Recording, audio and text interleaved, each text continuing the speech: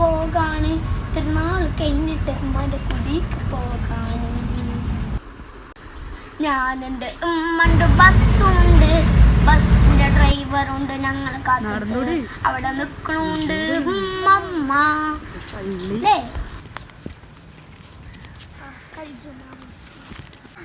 ഇങ്ങോട്ട് പോയപ്പോ പള്ളി ഇതാണ് നീർച്ചപ്പെട്ടി.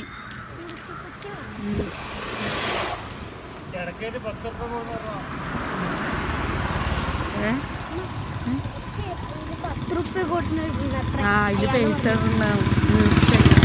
ഇങ്ങോട്ട് തെക്ക് വണ്ടി എവിടെയാണ്?